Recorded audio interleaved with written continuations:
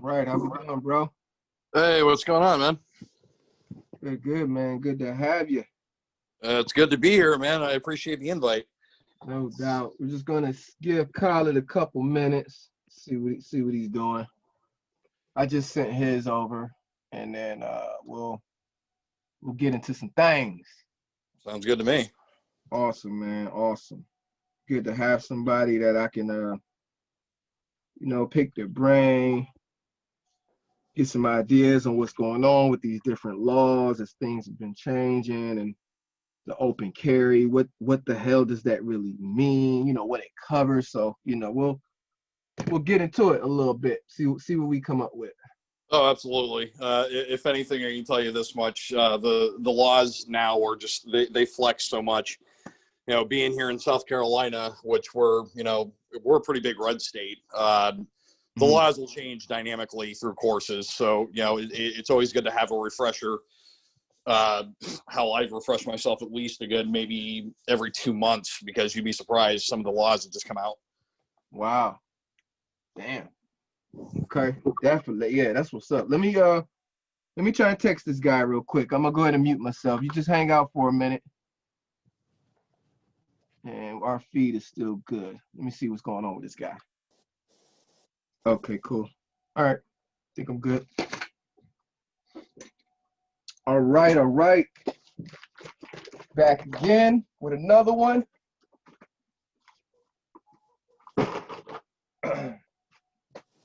I was able to make a connection. My brother Khalid, I was talking to him. I said, "Yo, man, it'd be dope to do like a little, like a little gun talk show or a little gun talk stream where we get somebody on that, that knows their shit, for number one. Somebody who can, come from a place of expertise, having some years dealing with this thing. And when I mean that, as far as the guns, I'm not talking about running around the hood, shooting shit up. Talking about somebody that knows tactics, somebody that knows laws that goes along with it, because a lot of shit is changing out here, man. And shit, people need to know. People need to know what's going on. People need to know what's up. One of the things for me, I did want to get into definitely this open carry law area. You know what I mean? As far as like when we get into these rifles and these fully automatics, because I'm like, shit, I'm seeing wild shit. I'm seeing people walking around with serious shit, and it's like, yo, it's all good, So there's a lot of areas where people may not know what types of guns fall under these different categories, what's what. I also reached out to some friends of mine to get some other questions going on. So that's just what I had on my plate for myself. And we're going to get into some other things. But right now, I would like to introduce Mr. Bear from Grizzly Tactical. He is, and this is what's crazy about it, and what also made me want to do this, is that he's actually also a gunsmith. So that means that this motherfucker can probably build this shit. You know what I mean?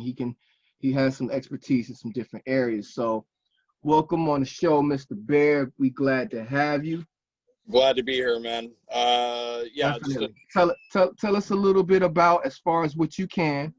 We will respect your anonymity, we will respect that, but go ahead and give a little introduction as far as what you can share about yourself and what it is that you do, what you deal with, what you specialize in, and anything that you would like to share, just as an intro, brother. Well, yeah. I'm glad to be here. Honestly, anytime that I can, give information out, I'm more than glad to do so. So a little bit of background on myself. I was 5 years Army, gunsmith. I'm a tactical instructor, pistol instructor, shotgun instructor. Basically anything you could really think of, I basically try to instruct in that. I'm the owner and proprietor of Grizzly Tactical LLC out here in South Carolina. My motto in my company is basically when all else fails, be the last to stand. And Oh yeah. we Hell stand yeah. by that motto. And by that motto, I mean in that is, uh, when all else fails, being the fact that you are a just justifiable 100% in the law, citizen with a weapon, and things just don't go the way that, everyone likes to put, you will be the last one standing, which, that's anybody's whole, course of thought on things. So Mhm. other than that, that's basically, some information about me. Shoot with the questions, man. I am ready. No doubt. All right. All right. Okay. Let's go ahead and just cover some basic stuff, man. I mean, as far as like I'm gonna go ahead and make sure that I cover, because there was a couple females, close dear friends of mine, that kind of chimed in when I just posted the question. They want to know about these basics. They want to know what's the first gun for a new gun owner. They want to know what type of brand uh has little kickback in regards to women. What gun is quicker to take apart and clean? These types of things, to where it's like somebody that's not necessarily always going to be hitting the range, somebody that's going to be like a real adamant gun person. They want to know, Right. like, what's the basic thing that I can have? And let's do this for like a single mother situation. You feel me? Right, right, Or right. women, or if you're out, whatever, and she's got to hold down the house. So go ahead and cover some basics as far as like some handgun things. What brands, what direction, what should they look at as far as something that's they can handle, something that the woman can handle, that you think in Right. your opinion. Right. So here's what I'm going to say about that. So I'm going to take the stipulation out with women, period. And the reason being is because throughout my years of training, I've learned something. It's Mm-hmm. not really a female or a male aspect thing. It's actually more of a knowledge thing. So what I Mentality. mean by that is, Nice. Nice. so my wife, for an example, my wife is probably like somewhere around 5'4", skinnier than a pencil, but yet she carries around a full-size 9mm Beretta semi-auto. Mm. The thing is, it's like, okay, you're going to go to most gun shops, and this is what I hate about most gun shops. The terminology we like to call it is FUD. You will get a FUD, and Mm-hmm. 99% of the time, the guys are usually like, you need a revolver. Now, I'm not necessarily going to bang on a wheel gun, because honestly, a wheel gun, it does its purpose. There is no jamming. There is no, having to do this and having to do Right. that, and like to slide, tap it. But it doesn't matter if you have a wheel gun or a semi-auto. It's all about training. Any gun that you buy, you shouldn't just take out of the box and put it in your night drawer. That's just not how it works. You should Mm. be vigilant about always taking that thing out probably at least once a month. Go to a range. Go to a buddy's house, whatever it may be. Always get familiar with the recoil. Get familiar with, the trigger pull, the time it takes for you to get on target, things of that nature. You can literally take any gun. And I will say the pistols are almost like bicycles. They're Mm-hmm. all different shapes and sizes, calibers, and everything else. But when you shoot one, you almost have a basic concept of every other pistol. That's besides the point with wheel guns and semi-autos, because they're a little bit different in creation.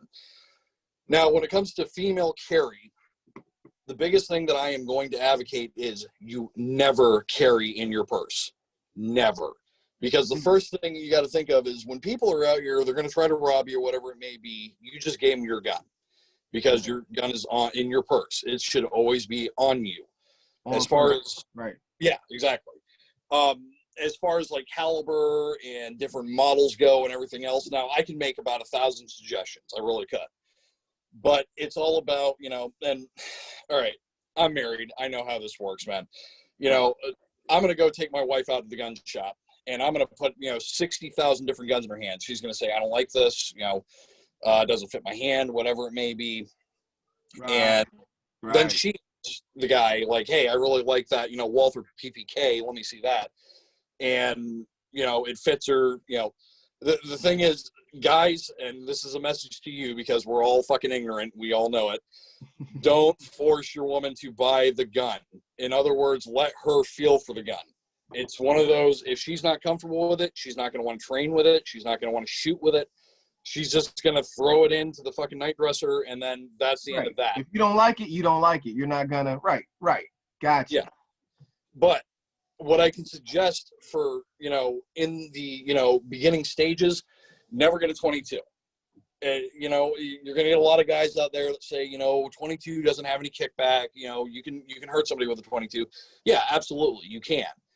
But necessarily with a 22, you're putting small holes. And let's be honest, if you're defending yourself, it's not about small holes. It's about making channels inside of whoever it is that's in front of you that's posing a threat.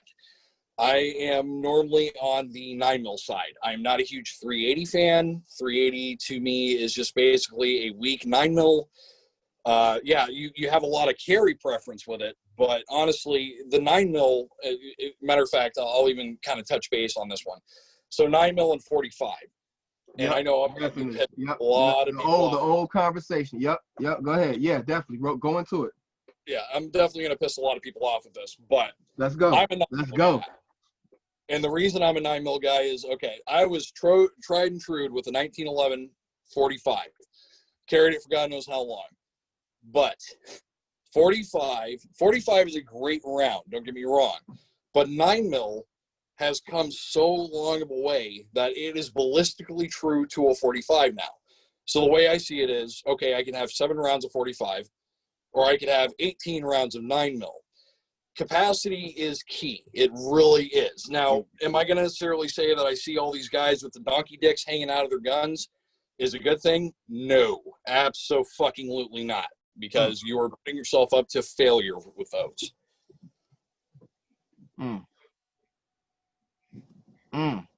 Extended mags, let me put it to you like this. They do serve a purpose. Don't get me wrong. They absolutely do.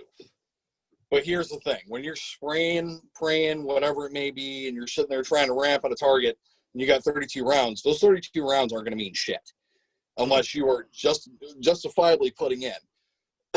The other thing is, most guys are like, I only want to carry one magazine. Why? Why do you only want to carry one magazine? Here's the thing. I'm going to give you a great scenario. If I'm down the range and I'm popping rounds off and I have a jam, and this jam is horrible to the point where I can't get it out unless I drop that magazine. So you mean to tell me in an actual firefight, you're going to take the time to be able to drop that magazine, clear your malfunction, clear the malfunction from the magazine, slap the new the same magazine in to come back on target. Fuck that. Drop mag, fresh mag, slap, and go. And that's why I'm like a huge advocate for, don't carry extended mags, because it's another thing. The producers of that gun, you're going to get a lot of mags from China, Korea, things of that nature. Like, all right, let's talk about like Glock mags. Everyone makes Glock mags. And Glock mags are simple to make, but somehow you buy these Korean drum mags, you buy this, you buy that, and they don't work. And the last thing you want to be got is lacking, especially when the shit goes down. What do you think, before you roll on, what do you think it is about them that's them? I guess we can kind of say what they like after. It's kind of like buying aftermarket parts. You know what I'm saying? What seems to be the problem with those shits? Like, why do you think they're malfunctioning? Just wondering if you know, because you dabble into the gunsmith area, so I was just curious to know what have you observed? Right. So with that being said, you got to think of it this way. So when a company comes out with, and let's take it off guns for a second. Let's just say company comes out with an alternator for a car, right? And that company, let's just say, with this car, it was an alternator made in that factory, and then you get an aftermarket one, and then the aftermarket one is not milled to the same tolerances and all that other fun stuff as the old one, so you get problems. It's the same thing with guns. Guns, believe it or not, they're simple machines, but they're very complicated simple machines.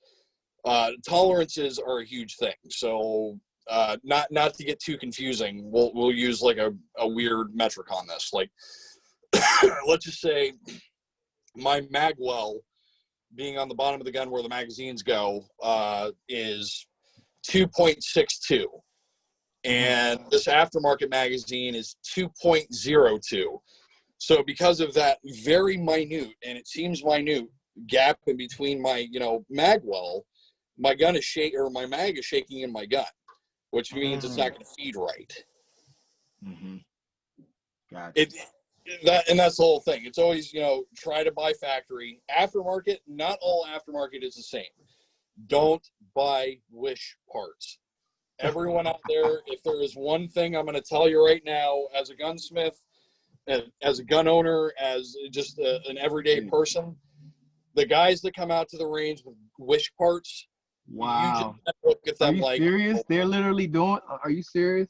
I wouldn't even. I know about Wish, but I wouldn't dare buy a fucking gun part off of Wish. They're coming out there with that shit. Oh, that's the thing. There's guys that will buy optics, grips, things of that nature. It's a huge joke in the gun industry. Just as good. No, not as good. Not even close as good. Worse. Always do your research. Yeah, you're gonna pay a little bit more, but it's like, okay, you're rolling up, to a party. You want to be rolling up in a Pinto, or do you want to be rolling up in a Maserati? Let's all just be honest about that. Yeah, right. I'm not necessarily saying, go and buy these, $1,200 Sig and Sauer and, H&K and everything else. It's one of those things that here's the huge misconception. A lot of people will say, the more expensive the gun, the better it is. I tend to disagree with that one. It's almost like name brand. Like Louis Vuitton, you're going to pay like what? $10,000 a bag. You can go get a Dooney and Burke for like $3 and $300 and it does the same thing, looks the same. You're just paying for a name. Colt has been around for God knows how long. Right. And their 1911s are like the most sought after gun in the world. It's by far the most sought after 1911.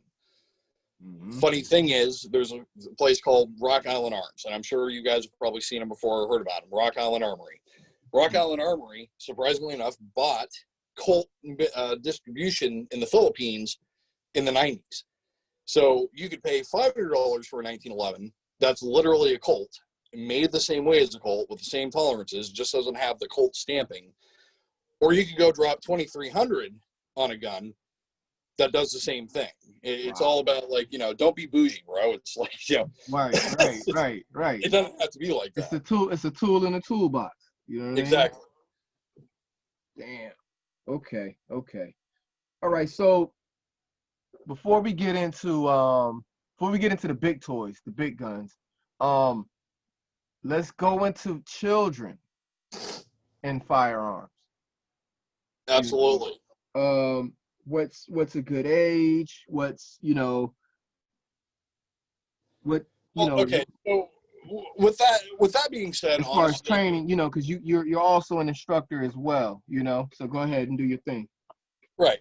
Well, as far as I can really kind of snap on that one, training your kids on guns, it's not the same way as you would train an adult, obviously. Kids don't have that big of a comprehensional scale. It's, you can't hand a 5-year-old a gun and say, hey, make sure you don't point that wherever it may be. Kids don't pay attention. They don't know. And my philosophy is you start very small. So in other words, when they're about 4 or 5, you explain to them what a gun is. You explain to them the dangers of a gun. You explain to them that, if one of their buddies, goes around flying a gun somewhere because they're at their friend's house, because their dad's a cop or whatever it may be, and this kid is picking it up, playing with it and whatnot, you need to be able to teach them, hey, you need to contact an adult. You need to find somebody who knows, what to do. Around the 7 to 8 mark is when I would actually teach them how to disarm a gun. So in other words, drop the magazine, keep the slide back, make sure that it's checked if it's loaded or whatever it may be, contact an adult. Where I'd go into actual shooting, I would say somewhere probably around the 9 to 10 mark. Because at 9 and 10, your cognitive, functions and everything else are a little bit more, substantial. You're able to really think about the area around you, the danger around you, and the dangerous thing that you're holding in your hands that could possibly take a life. So then you get into like the 15, 16 mark, you know, they drive a car. A car, believe it or not, is a weapon too. Like anything you pick up is a weapon, no matter how you look at it. So that is when I would actually go into the, okay, now I'm going to show you how to, you know. Right. If you can handle tons of steel, you should be able to handle a pistol at that age. Exactly. And that's where that whole comes into vigilance of, you know, and now I'm going to show you how you can defend yourself correctly without hurting anybody else around you. Got you. I'm going to take a second right now, see if I can bring Khalid in. What's going on, Khalid? Peace. What's going on with you, family? Nothing much, man. Just chopping it up with Bear. Give thanks for connecting me with somebody that we can get into these different things. I wanted to see real quick if you had. I know you got a busy evening lined up. I wanted to see if there was a couple questions you wanted to go ahead and squeeze in while I had Bear on. That way we make sure you get those in case you need to drop off. Yeah. No, I appreciate that. And appreciate your time, Bear, for being on doing this for us. Oh, absolutely, guys. No doubt. So just in terms of home protection, because I mean, it's, you know, it's becoming the central theme in America right now. Like people are buying guns who had never bought guns before in their lives, you know. Absolutely. And protection of not only the home and the property are becoming, you know, paramount purchases right now. Instead of people, you know, buying food and groceries, they're buying guns and ammo, believe it or not. And right now, if you're looking for a home protection kind of setup, what does that look like? Is it, you know, 2 Army grenades, a bulletproof vest, and a Mac 11? Like, you know, what does that look like? Word. Right. Okay. So let me solve a common misconception with that. So you're going to go to any gun store. They're going to say shotgun, guaranteed 100%. And here's where I have to disagree with that whole statement in a whole. A shotgun, yes, is absolutely 100% a devastating power. Buckshot, slug, whatever it may be. But here's what nobody ever thinks about. What are you shooting beyond that target? So let's just say you got buckshot. Some asshole decides he wants to rob you. Okay, cool. And you've given him the vigilant choice of not stepping in your home. He steps in anyway. Well, you're going to get down to business. Here's the problem, though. So if you got kids, and let's just say this guy is like, you know, knee deep about to, you know, rob your TV or whatever it may be, or is about to cause harm to you, and you pop him with buckshot. Let's just say all that buckshot doesn't make it into your target itself and necessarily doesn't even make it into your intended target at all. Now it's gone through the wall. Now it's gone through whatever it was sitting in front of. Now it has passed through everything. Shotgun is okay if you live by yourself. That's absolutely fine. There's too much spread with the shotgun. So let's touch on ARs. ARs, honestly, if you know how to shoot an AR, you can surgically put down a target. That's how it works. Pistols, same way. Now, yet again, and I touched base on this in the beginning, where we made the FUD comment. FUDs will always tell you, get a shotgun, because when you rack it, it scares everyone. It ain't going to scare a guy who's got a gun, bud. That's not how it works. In all reality, you've just now given away your position. It's all about the element of surprise. Me, honestly, I don't want to let you know I'm home, because you made the active point of trying to rob me and you're armed. I'm not going to let you know where I am. I'm not going to let you get that slip on me. I'm going to take care of business, call the cops, and, you know, sit there and smoke a cigarette while I wait for someone to come and pick your ass up in the corner. It's a really hard way of putting it. It really is. But unfortunately, with the demographic of today and how, you know, things are shifting in America, that's kind of the mindset we have to have. So going into pistols is a great way. Now, I don't know if you guys have ever had an experience with, like, you know, either, you know, clearing a house, kicking down doors, whatever it may be.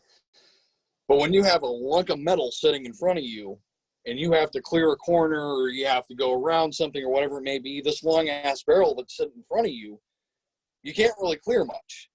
But the fact that you got a pistol's only what, like 4 or 5 inches away from your hand, which means you're able to sit on that wall way closer and be able to find your target before they find you in cents.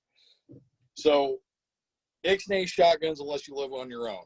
If you're going to get an AR, at least train on it and make sure that you know how to do it. In the same way with a pistol.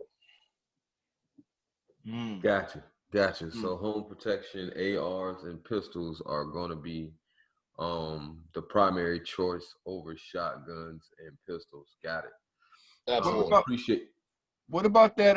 Before we get into what about that? That EP90. Oh, the P90, the FN Hurstel P90. Yeah, go ahead and just drop a little bit what you know about those, because those seem to be a popular thing. Yeah. Okay. So I'll tell you why those are so popular. They're actually what they call in the military a PDW, personal defense weapon. So like you got, okay. Is anybody here familiar with the MP5? Yeah, I've shot it several times, man. It's one of the quickest shooting 9mm submachine guns I've ever had. Yeah.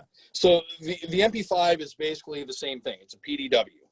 It's not meant for an offensive thing. It's honestly not meant to be offensive in any way, shape, or form. It's meant to be defensive.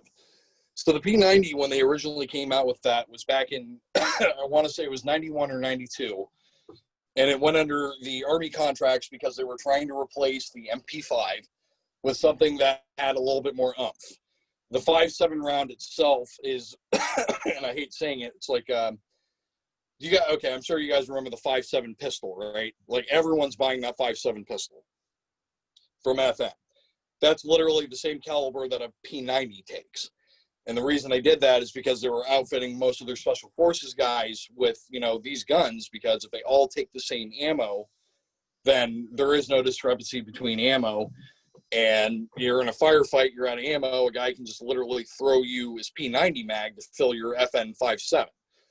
But to that point, and I'm getting off the subject here, but P90, honestly, it's not a bad gun. It's really not. Is it one of my personal favorites? Not really. It's kind of like a supersonic 22. It's a 22 cartridge on a rifle, you know. It's a 22 bullet on like a rifle cartridge. It's a very weird gun. You'll hear it a lot. It's called the space gun because it looks like a space gun. Nobody really understands runs. It looked like some shit off Halo. Pretty much, and that was kind of the concept behind it, because it's so small. It's what you consider a bullpup, because the fact that the ejection port is in the rear of the actual trigger itself. That's why they call them bullpups, because it's small. It's a compact package that you can take wherever you want. What caliber is the P90 pushing? It's 5.7 by 28. Okay. So 5.7/28 is, like I said, I'm sure you guys have heard of them. The 5.7 pistols. Yeah, that Belgian shit, right? Yeah, the 5.7 pistol is literally the little brother to the P90. Okay. It's a great gun. Don't get me wrong. Like, there's no recoil. It's it's very flat shooting, and because it's such a small projectile getting shot from such a huge cartridge, it's fast. Suppressing one of those is just absolute beautiful magic, because they run so fast you can't hear them. Nothing is ever Hollywood quiet. But 5.7 suppressed it's pretty quiet. It's pretty quiet, yeah. Gotcha. Khalid, did you have another one, Khalid? Yeah. Go ahead, bro. For me, it's really kind of getting a better handle on personal protection, right? Right. As a sense, it's, hey, somebody comes in, to your home, tries to take or harm you in any way, you have the right to, you know, shoot or to kill them. It's not really that simple, is No. it? Okay, yeah, let's open up the law. I see where you're going. Let's go ahead and open that Yeah, up. yeah, yeah. Let's get into that Let's law let's area. talk because I Right. mean I've definitely read and you know been around people who were like, hey, I was actually defending myself and I ended up getting charged. And Yeah. then we've seen throughout the country how stand your ground hasn't really, you know, been a universal truth for people who use it anyway. So, you know, just knowing, you know, what are the limitations to what I can do now that I have my AR or my pistol and home protection? Like, how far can I take it? You know, when should I, you know, go forward with it? Do I have to put 4 rubber rounds in the front of it and get through the rubber rounds before I get a lethal round? You know, just kind of talk about what that looks like. Right. I got you. Okay. So obviously I have to put a disclaimer in here. In no way am I a lawyer, and you should never take my advice to full hand. You should always, always, always, always double check anyone that says anything, because you never know. I could be getting this wrong from my knowledge, though. So for legal for legal purposes, I'm not a Right. lawyer. Right. But what I am going to say is the Castle Doctrine is a very funny thing. So here in South Carolina, we have the Castle Doctrine, but we also have what's called the right to retreat. So I'll give you a great example. We're sitting outside. It's all 3 of us. Some guy's breaking into my car. I rise up, I draw my gun. He starts running away from me, and then I pop him 3 times. The right to retreat is basically I just killed somebody. That was murder because of the fact that they were running away. So it doesn't matter. The thing is, with most Castle Doctrine states, there is a right to retreat. So if they're running away from you, obviously that's not a fight. That's in no way, shape, or form a fight with you. Anything can be replaced. Yeah, okay, cool. They stole your like $500 or whatever it may be, this and that, yada, yada, yada. It's not worth taking a life. It's really not. It's one of those, you know, you should have due diligence to know, okay, this guy is in for a fight. This guy wants to kill me. He wants to harm my family. He's going down. But then you take like some 15-year-old climbing through a window just because, you know, he thinks it's cool and he's dumb and stupid. And the second you pull onto him and he starts running away from you, use your due diligence. Yes, you lost $500. You also saved a life. You might be pissed off at that point. You might be fucking flaring. Like, you know, I should have shot that asshole, whatever it may be. But that's another thing that's killing us in America right now is the fact that nobody's due fucking diligence. If they're not in a fight, don't cause a fight. Escalation is a real thing. All right, so for an example, there's another thing that I teach, which is called escalation of force. There is always an escalation of force. For an example, take most police officers. Police officers are supposed to use escalation of force.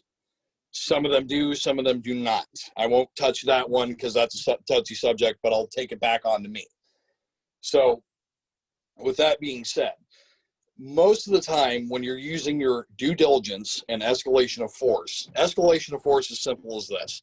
If I got into a fight with a guy and he starts running his mouth, fuck you, you know, you're an asshole, whatever it may be. Escalation of force will needlessly tell me, okay, this guy's just a loud mouth fuck. He's just running his mouth. I don't need to do anything about this.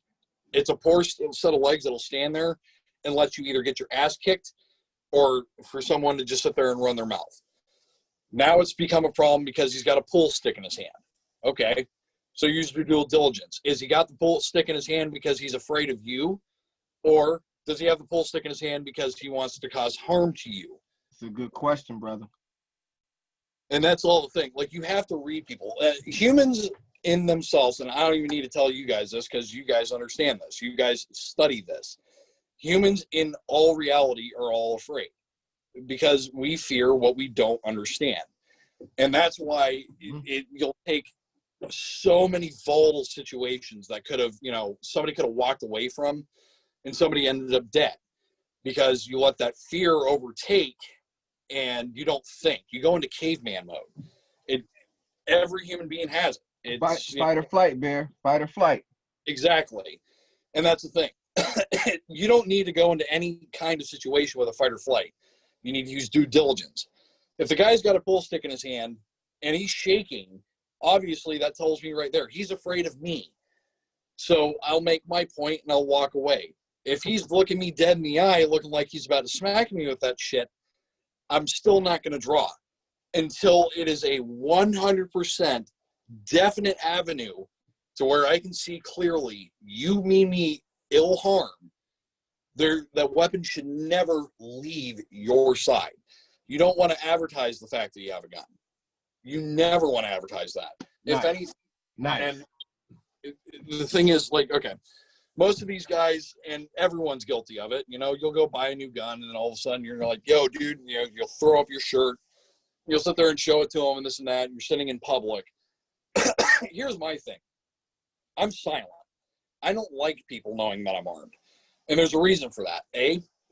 I don't want people to get a wrong misconception of me. Just because I'm armed, it doesn't mean that I mean you ill harm. It doesn't mean that I mean anybody ill harm. This is literally a tool in my toolbox to defend you and me if somebody else feels ill harm. But I don't have to go into that extent if nobody knows I have it. Secondly, anybody who actually wants ill harm and they can see that you're clearly packing, who do you think the first one's going to go? It's going to be you. It's not going to be anybody else. It's threat assessment. They're going to be like, shit, he got some toast on him. I'm going to have to take him off first. Exactly. You put a target on yourself. Yeah, you're out of the fight before the fight even starts. You're the start of the fight.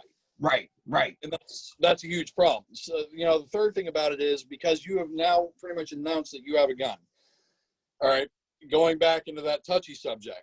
Police around right now, they don't know what's going on. They have no idea who's friendly, who's foe.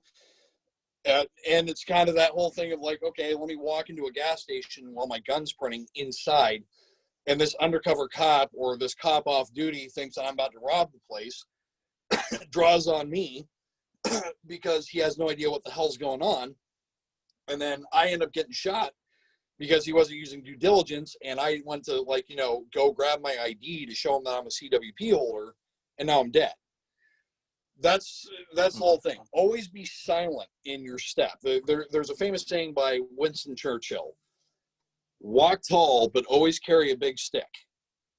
It's one of those theories. Basically, nobody needs to know that you have it. Don't let people know. And then when the shit hits the fan, and then that asshole's turned around trying to, you know, whatever he's doing to whoever it may be, you just put 3 in his back and he didn't realize it, which is basically, yet again, the element of surprise, which you need. Right. Well said. Well fucking said. Well fucking said, bro. I appreciate it. Mike, this is one of the things that I might be, you know, off base with it. In terms of putting somebody down in today's age, and depending on what state you're in, like you say, I don't need legal advice from you. You're definitely not a lawyer. But the pursuit of deadly force, if I'm hearing you correctly, comes after a point where somebody is, you know, demonstrating immediate harm to you and an immediate threat. But what's the difference between me putting 2 in your leg and 2 in your heart? Okay. So that, you know, and I'm glad you asked that because that is a universally ununderstood question. So let's just say, well, let's go back to the whole gas station thing. Some guy's robbing a gas station. You put 2 in his leg. He drops the gun, whatever it may be. In today's society, and it's been proven, that guy will sue you and win. Because I'm not condoning the fact that, let me put this disclaimer in. I'm not condoning anybody ever killing anyone. Hold on, Bear, because you about to get into it. Run that back from the top of the gas. You said what now? Because I need the people to hear this part. You said he will go and run that back. Take that from the top one more time. Right. Okay. So you're in the gas station. Guy's trying to rob somebody. You pop 2 in his leg. He drops. He's sitting there, you know, whatever it may be. The gun's away from him and whatnot. He can sue you for that because of the fact that you didn't kill him. Yet again, I'm not condoning that. I'm really not. But it's right. also there's two sides to it. It's a two-sided coin. You pop a guy 2 times in the leg. You're not paying attention to what's going on. He's got another gun you didn't know about. You're scanning the area. Now you've got one in your head. Let's just all be honest. That is the reality of today. If somebody means harm and somebody means intent, look at all the school shootings, look at all the terrorist acts and everything else. It wasn't just one gun. It was never one gun. It was multiple guns. Multiple guns. Because guess what? If I'm down on the fight, I got a pistol that I can get back into the fight with. If I'm down on that fight, guess what? I got a knife I can do that with, or whatever it may be. Somebody who's meaning anybody ill harm to the point of death, let's be honest. Do you really want them standing? I don't. I absolutely don't. Because A, yet again, I'm not a lawyer. A, I don't want somebody suing me because of the fact of I defended somebody else, and then they sue me and they win all bunch of money and this and that, because that's unfortunately how the world works now. Because it's the hug me, let's, pat you on the back. Oh, you tried to kill somebody. Let me pat you on the back because, somebody else shot you. That's just how it works these days. And it's ridiculous. I hate even thinking of that, but that's how it works. 2, it's security. It's area of security, because the guy you just popped in the leg not only has another gun. All right, let's just say his, buddy who's sitting out in the parking lot, who's basically supposed to be his getaway guy, just saw you cap his friend. And now you just got capped because you're paying attention to somebody who's alive. Mm. It's fucked up for me to say. It really is. And in all means of the sense, like, I hate even explaining it like this, but unfortunately, that's how situations will divulge. And it's been proven time and time again. If you're not putting your target down and confirming down, and you're sitting like, and even if you were to say, I need to, this guy made a mistake, I shot him in the shoulder, I'm going to go ahead and try to stop the bleeding with a tourniquet, whatever it may be, you do that wrong. Guess what? Now, not only are you catching charges from him, you're catching charges from the state, because you're attempting to put aid on somebody without certification. Damn. You can get fucked up for trying to help a motherfucker. And that's unfortunate, because it's because of the assholes that have done this before, and just wanted a buck. It is now you as a citizen, honestly, and yet again, I hate making this dynamic, but you as a citizen, at this point, it's basically your family against everything else. It sucks saying that. It really does. And it hurts my heart to say that, because to be honest with you, in my philosophy on things, black, white, brown, English, whatever it may be, we're all brothers and sisters either way. We all came from the same place. We're all the same people. And, this, even if we're going to talk about cultural divide and, okay, I'm going to go here, and excuse me for going here because I feel like this honestly needs to be said. It's one of those things. If a white guy shoots another guy, it's kind of like, oh, okay, well, he had a CWP, cool. Black guy does it, it's a problem. I hate that. I cannot stand it, because yet again, it's one of those, this guy who uses due diligence, has a CWP, has done nothing to his community in any way, shape, or form. You're going to put him on the chopping block for that. Why? Why? Because he defended himself? Because he took the due diligence to make sure that the person beside him and the 3 people in the back and the cashier that just got her, made sure that she wasn't dead? But that's a problem. And see, this is where I'm going to kind of put a spin on things, and excuse me for saying it. This is where I honestly believe that everyone, no matter color, race, or whatever it may be, if we all actually sat down, like how all 3 of us are sitting down right now having this discussion, right? If we were all to do that, we would all pretty much come up to the same conclusion of, okay, you know what? It's the government that's actually against us. It's the government that's actually putting us all against each other. It's not a cultural divide at all. It's basically, okay, let's have them uproar and riot. And, okay, it's like the armed protesters. Okay.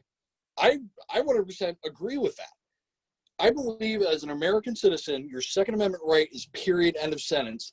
Black, white, Asian, whatever it may be, you should have a gun. you should have a gun. It is your fucking right. As a Second Amendment, it is your fucking right. Right. And then you get all this shit to where they're like, oh, they're tearing up the cities. They're doing this. They're doing that. Blah, blah, blah. No, they're not. No, they're not. It's other people doing it, being stupid, but unfortunately they hold it all in a conglomerative and say that it's everyone when it's not. It's just like how everyone says that all Republicans are racist. Well, I hate to say it. I'm more libertarian than Republican, but, you know, it's that one of the things like, guys, we're looking at the wrong things here. It doesn't matter if you're Democrat. It doesn't matter if you're Republican. It doesn't matter if you're, you know, a century, whatever it may be. Why don't we all just sit down and have this conversation about this is really what it is. They want us against each other because if while we're against each other, they can do whatever the hell they want in the background. Right. I know I kind of went really base off topic, and unfortunately, it really like just kind of reminded me of that whole thing. You good. But those are the types of things that need to be looked at, you know. And when we get into this, that's where it tends to go. So, you know, that's why we're here. That's why we're doing this. And it clears up the misconceptions that, you know, all people who are, you know, non-ethnic background, white, blue, orange, you know, feel that they're entitled to something. And that's a very big misconception, I think, in the Black community, is that, you know, all white people are against us. All white people have problems. All white people look at the world in shades of gray, and we look at it in shades of black, and that's unfair. So I appreciate you for sharing that and sharing your perspectives, because I know it came from the heart, and I know it's going to help somebody look at a situation a lot differently now that they know that they have advocates among people who may not, you know, look like them. Yeah, and that's the sad part about it, because, you know, and all right, so one of my closest friends actually sat down and talked to me one day, like, and I want to say this was about 3 months ago. He's like, do you understand what it is to be black? He's like, well, obviously, no, I'm a white male. I have no idea. And he would sit there and explain to me, he's like, you know, it's bad because I have to have conversations with my kids. And I agree with him 100% when he says this. He says, you know, I have to have conversations with my kids about, you know, cops, and, you know, if he has a gun in the car, you know, you have to be 100% respectful and make sure that, you know, you're not setting yourself up for anything and this and that. And here's where I'm really going to go into a kind of a fine divulgent on that. That saddens me as an American, not as a white person, not as, you know, a law-abiding citizen, whatever it may be. That actually hurts me to the core as an American, because everyone who's an American has these rights. And that kind of opened my eyes to a lot of things, because, you know, I'm not going to lie, at first I was kind of like, you know, well, when you act like that in a group of people and everything else, it's going to be fair to assume that a cop is going to assume that you're armed or whatever it may be. And that's where then I became this whole, you know, culturally divided thing, because it's not a matter of black and white. It's a matter of cultural divisionary. Like, people that actually want to take the time, like you two gentlemen, and anybody on this channel, that are taking the time to exercise and or learn about their rights or whatever it may be, that's where it becomes a cultural division.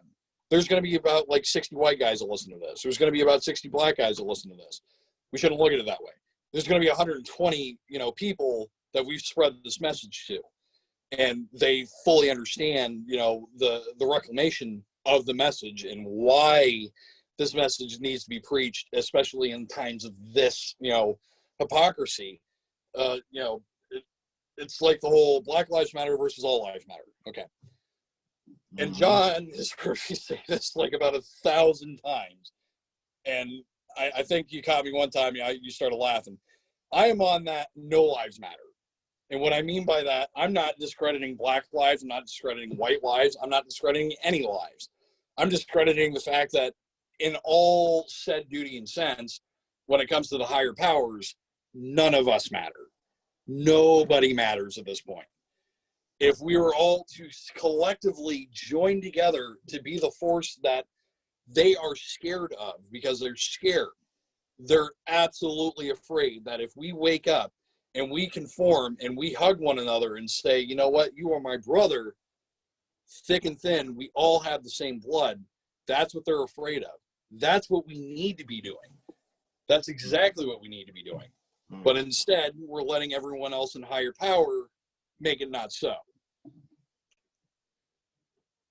Nah, I concur with your statement, man. I think it's powerful when you have a united mass that understands people first, laws, citizenry, social economics, and even the written rule of politics themselves are all to benefit people. But when people are now in a contrast between the laws and the government that governs them, that's a problem bigger than anything else. And if we are at each other's throats, we don't get to address the real enemy in the room. So I appreciate you for saying that. Absolutely.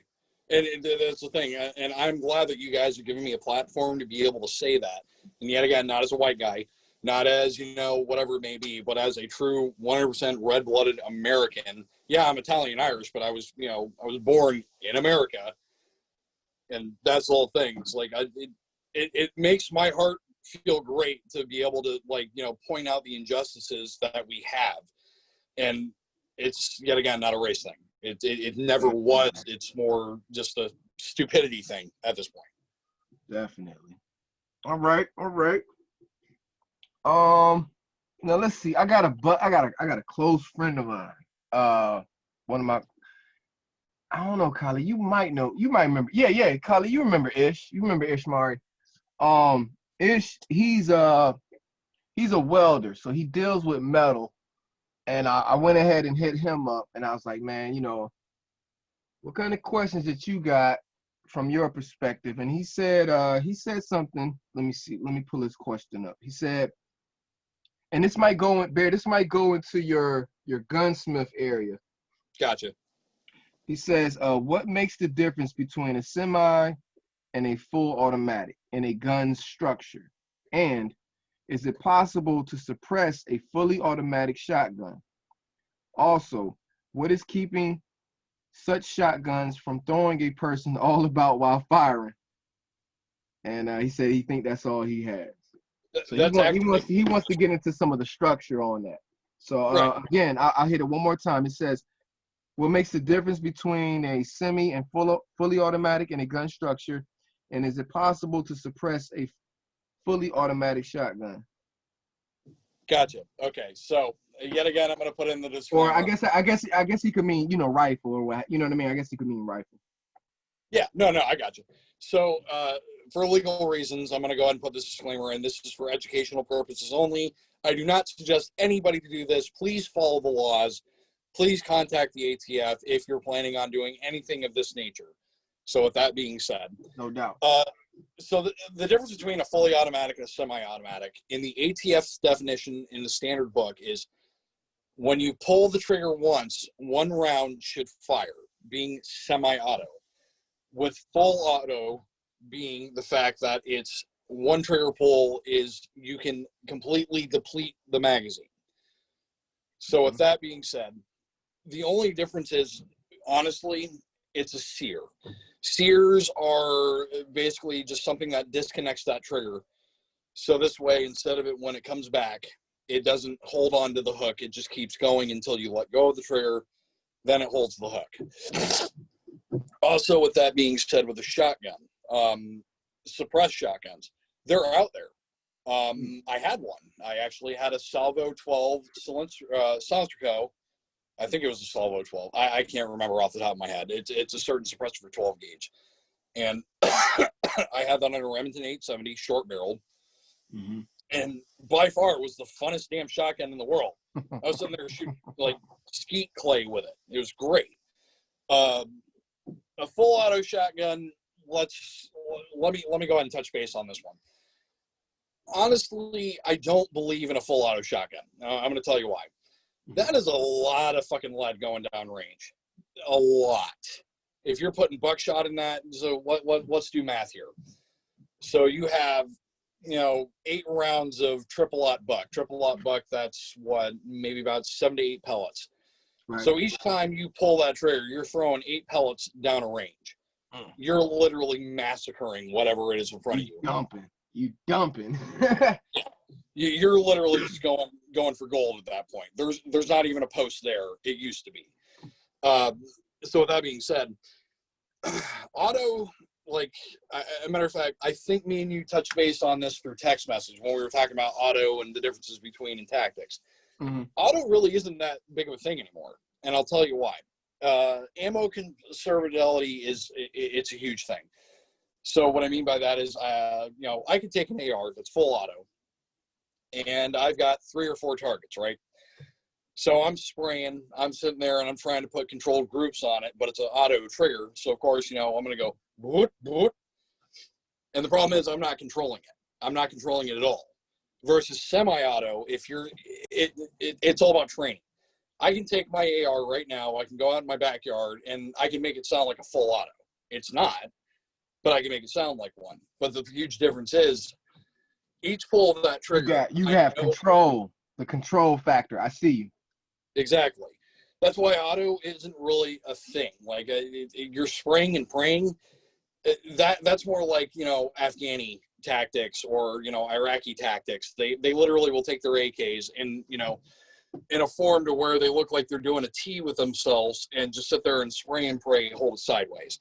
And you really have to look at it like, why don't we have a lot of casualties on the U.S.? Because, well, they're doing stupid shit like that. That's the whole thing. If you're not really in control of the gun, you're not really doing anything. It's like amateur night versus the pros. I got you. Absolutely. Well, it's like it's junior varsity. That's the whole thing about it. Right. So with a semi-auto, I know where that bullet's going. My brain has already told my finger that my eye is aligned with that shot. And when you do that, you just keep doing it, and you keep doing it. And you'll notice that your groupings will get smaller and smaller. The smaller the group, the better. So I can sit here and I can dump a mag in 3 seconds, and I can keep a group probably within the A zone. But that's through, years of practice and years of this and years of that. But it's not necessarily, tell anyone or discourage them to go do that. I encourage you, please, for the love of God, go out. And if you see a target, slow squeeze. Just sit there and maybe a round every 2 seconds. Just tap, tap, and just see where you're at in accuracy. And then next mag up, speed it up a little bit. Tap, tap, tap. Next mag, speed it up a little bit. The thing is, it's all about, constant 100% training. We were talking about caveman mode. Like I explained this to my wife the other day. So caveman mode to me is basically your adrenaline's pumping. You're not going to remember, oh, well, I need to pull this out, and then I need to rack this slide, then I need to come out, whatever it may be. Dumb caveman mode is, oh, ugh, I'm getting shot at, ugh, pull trigger. If you have motor skills and you have pretty much, you've taken those motor skills and you put it to a point where you don't even have to think about it. Like I can pull my weapon out, I can pull my firearm out. Let me use the correct term. I can pull my firearm out and I can hit a target within 2 seconds and not even think about it. And the reason being is because, yet again, it's motor skill. I've literally taught myself how to do that. Muscle memory, right? Putting in that work, right? And that's the thing. Always 100%. The more you train, the better you'll be. Slow is fast, fast is accurate. It sounds stupid when I say it, but if you break it down, slow is fast, being the fact that it's not a semi. Fast is accurate. You've already gotten the training on it. And now you can tap it fast, accurate. Build your speed up. Gotcha. Exactly. Gotcha. Yeah, you don't want to go out there just sitting there and just ramming rounds. Like, oh, fuck it. Tap, tap, tap, tap, tap.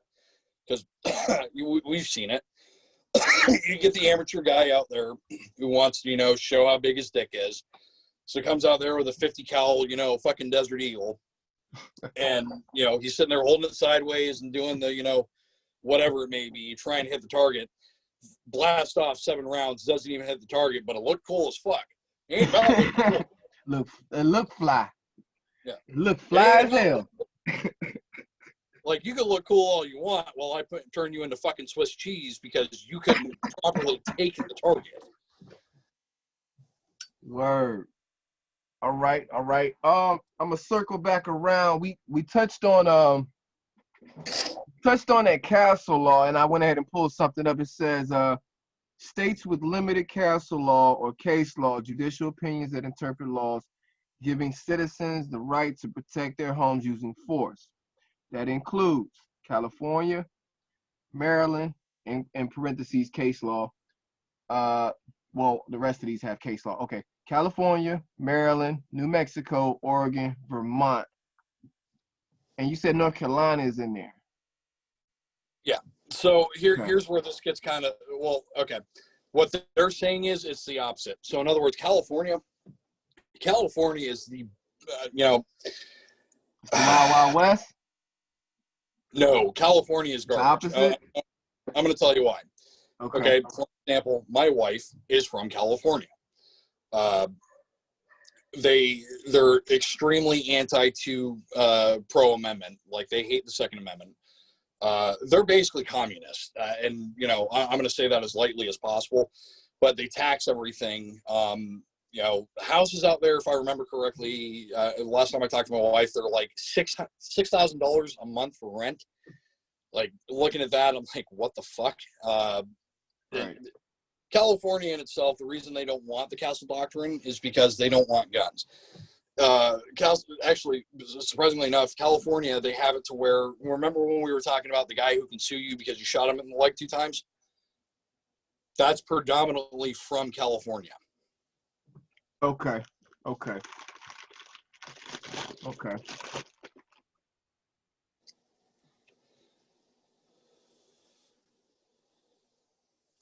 Wow. So, all right, this open carry thing. Right. Khalid kind of went on it, when they out there, you guys were getting into just a little bit. Right, these guys out there protesting. I see the people out there running around. I see these cats with some serious rifles on them. Yeah. So now, when we get into this open carry, and it varies from state to state, this we know, but how far does that shit go? What weapons are they, what rifles are we talking about here? You know what I mean? See, with open carry, that's where, how far does that go? What does that really mean? You know what I'm saying? Well, here's where I'll clarify that. So there is a huge common misconception that when they say that, a state is open carry, that, they can carry whatever they want or whatever it may be and this and that. All right. This isn't Afghanistan. They're not carrying around, RPGs. They're not, they can't have grenades. Obviously, if a guy's carrying around a full auto gun, that's a problem. See, the interpretation for open carry, the way I see it is there's another president that said this, an armed society is a polite society. And I agree with that 100%. It's, 3 guys in there that are openly carrying a handgun. I'm going to go rob this gas station. Oh, no, fuck, I'm going to die. There's 3 guys. But there's also a downside to it. I don't like the fact of open carry because of the fact of it is also a, swap meet for, egos. So this guy decides, this guy's running his mouth and he starts pointing at his gun saying, I'm the cross defector of this whole situation. I don't like that. I think that's bullshit. Let's go back to like the good old days. They open carried, but you ran your mouth, you just got your ass beat. That's it. It wasn't, it didn't have to escalate to, deadly force. It was just, okay, you want to run your mouth, let's go talk out in the front. I'm going to beat your ass. I'm going to pick you up, brush you off, and we're fucking good from there. Right. That unfortunately, that's not society today. Yeah. Society today is basically, oh, okay, well, I got this gun. This is my problem solver. No, that's not your problem solver. That is a problem eraser. And that's the problem. Solve and erase is 2 different things. You're erasing a problem versus solving a problem. Mm-hmm. I heard that. Khalid, where you at, bro? I think we Yeah, I mean, I'm we covered some ground. I'm sitting here. You got anything else? I don't really have anything else, man. I think I think it's been a really good educational forum. I think people have now a good sense of, just from a recap for me, man, number one, check the laws of your state, check the laws of your city and county when it comes to regards to what you can do in terms of self-defense. Don't think you can just blatantly shoot some guy in the head just because he's on your doorstep. Make sure that you know what you are carrying and how to use it via practice, via time, and make sure that you are proficient with that weapon if you're going to carry that weapon. Because, you're betting your life on a zero chance, a zero margin of error situation where the only thing is going to help you react in time enough and accurately is muscle memory. And I think last but not least, the biggest recap I have too is that we need to be looking for ways to try to bridge gaps in understanding about self-defense training, and self-defense education.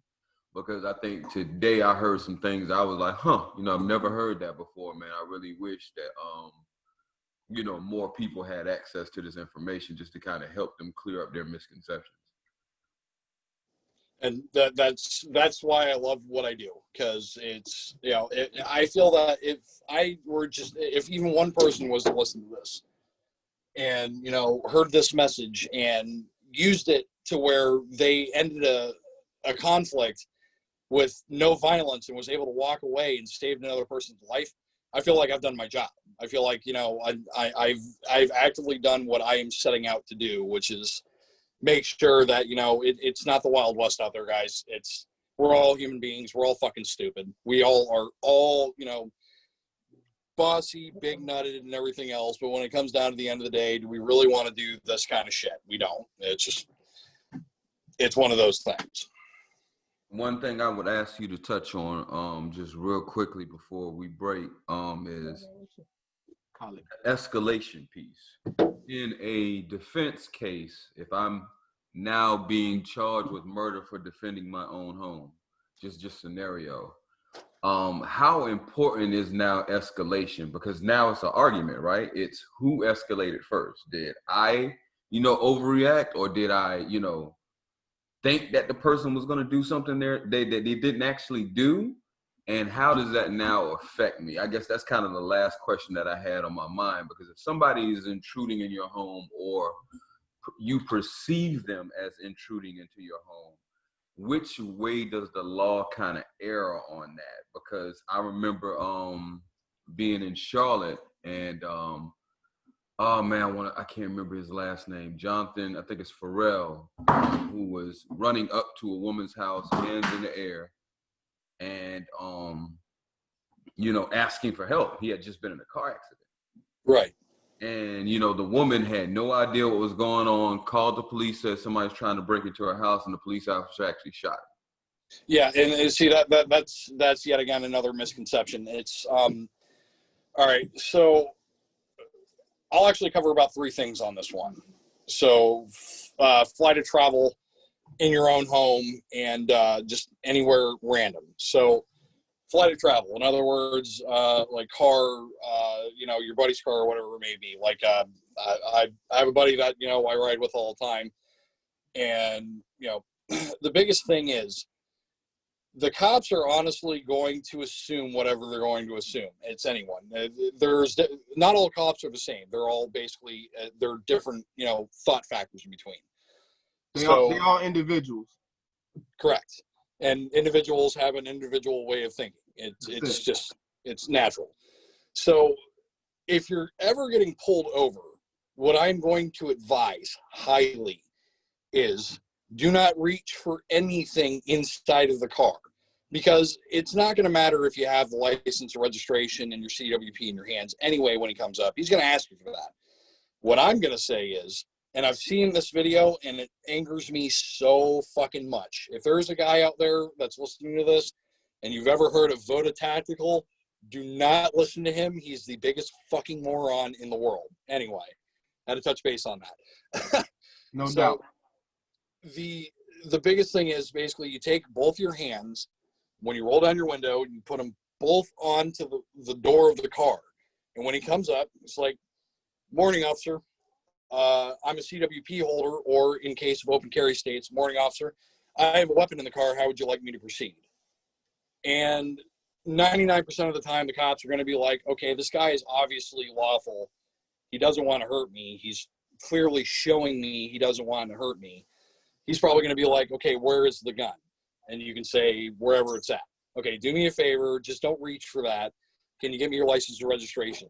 And if it's a calm reaction between the two, 99% of the time, you're going to walk away with whatever it may be. If you were speeding, because you were such a good citizen and because you said this and that, it turns into like a warning.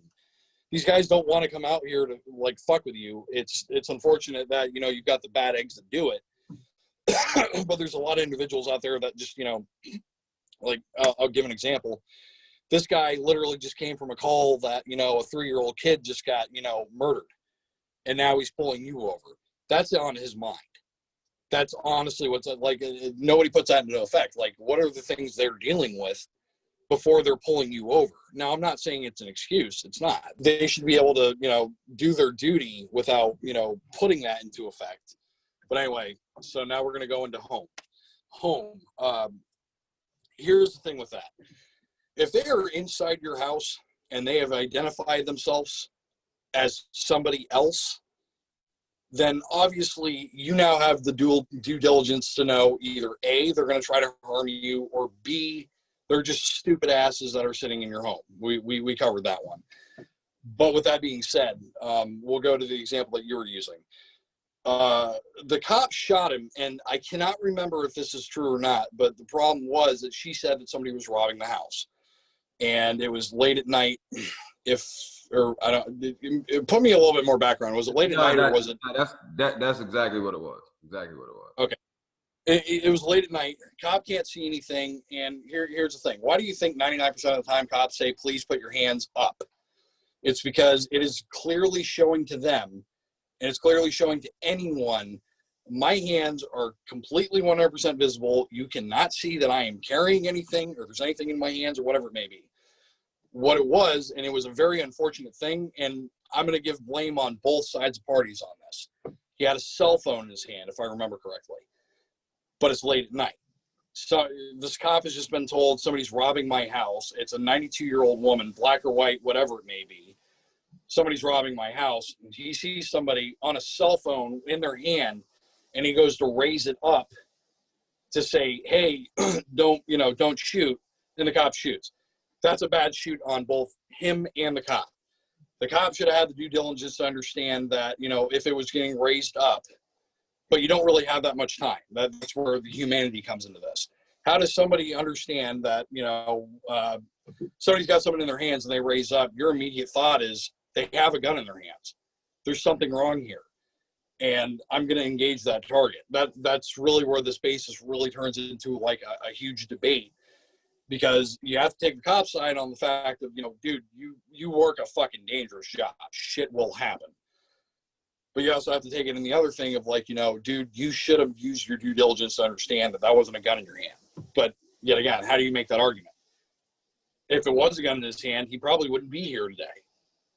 That's where that all covers. So in personal protection for you in the home, if they retreat, let them retreat. Let them retreat. If $500 is $500, life is not $500. Life is priceless. If they're not retreating and they're causing a harm in a effectful way, yes, blast their ass. It is what it is. They have now actively got into the fight. If they're actively in the fight, you take them to the fight. Third and last thing is if you're in a random place. This is the most dangerous of all things. You don't know what's going on. You've heard gunshots. You are unclear and unfavorable in position. So let's just say you're in a crowd of people. Somebody pops stuff around. Before I answer this, let me ask you guys one by one.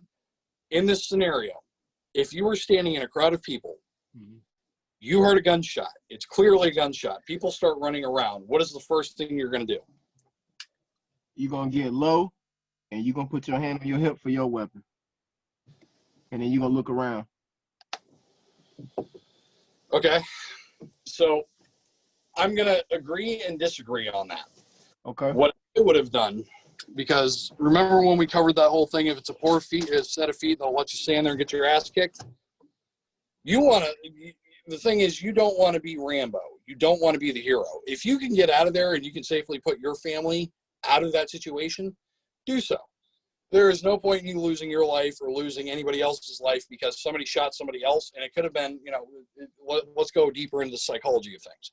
Mm-hmm. Let's just say it's a guy that, it was some guy that was fucking with him for, 3 years. He finally had enough. He shot him. He has no ill intent with anybody else. He just shot him, right? Okay.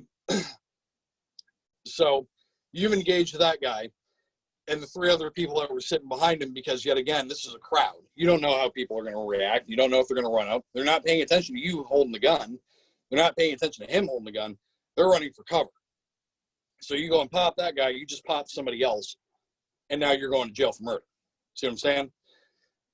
It's all about perspective. It's all about what you're doing. And it's all the main 100% thing is 100%. You are not there to be the other cop. You are not there to be a Rambo. You are not there to, disengage anything. You are purely there to protect you and your own. If it becomes a situation where it's not just protecting you and your own, that is when you have the due diligence to say, okay, I have a problem I need to take care of right now. Gotcha.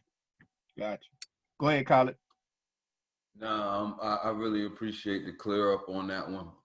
Again, if somebody is disengaging or trying to retreat, even though you may be armed, even though you may feel wronged, you're not at liberty to take action.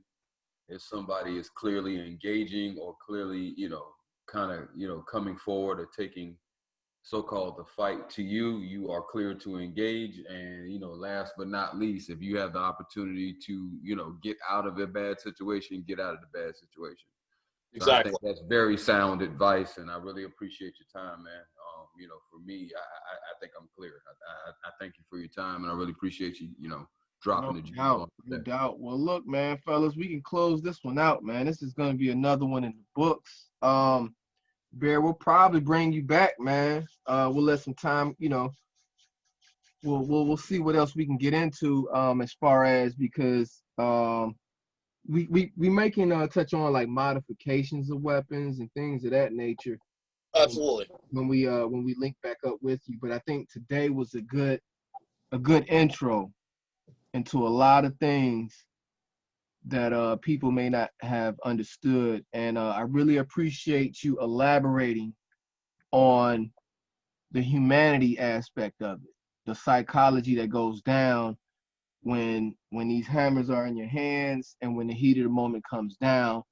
That was actually a treat for me to see you expand on that and the different perspective that you were able to bring to the format, man. I really, really greatly appreciate that. Absolutely. Guys, I appreciate the fact that you gave me the time and the floor to be able to, educate at least a few people.